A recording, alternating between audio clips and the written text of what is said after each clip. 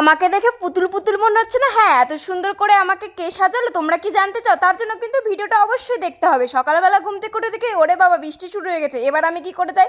কিন্তু কি করবো, জল কাদাকে অতিক্রম করে যদি নাই গেলাম তাহলে কি তুমি খাক মডেল হলে?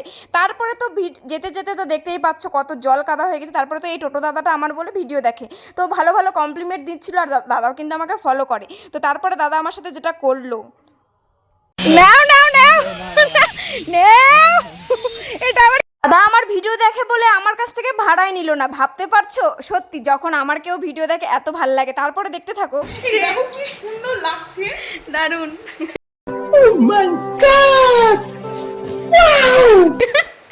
কেটে দিব একটু, ওটার অপশন নেই। হ্যাঁ আজকে ছিল মৌসুমীদির কাছে আমার সেকেন্ড টাইম শ্যুট। আর দিদির তো চুল লম্বা হয় না বলে দিদি আমার চুলগুলো নিয়ে নিজের শখটা মিটিয়ে দিচ্ছিল, তোমরা তো দেখতেই পেলে।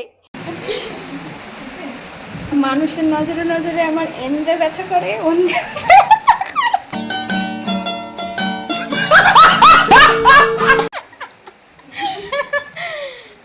শ্যুটের মাঝখানে কিন্তু জোর কদমে আমাদের হাসাহাসি চলছিল, তোমরা তো দেখতেই পেলে। আমার লুক তো হয়ে গেল কমপ্লিট। তো তারপরে দেখতেই পাচ্ছ যে মৌসুমীদি এত সুন্দর করে সাজিয়েছে, কি বলবো, এত ভালো লাগছিল নিজেকে দেখতে। আর তোমরা যদি এত সুন্দর করে তোমাদের স্পেশাল দিনে সাজতে চাও তাহলে অবশ্যই অবশ্যই মৌসুমীদিকে বুক করতে পারো। তো চলো টাটা, বাই বাই।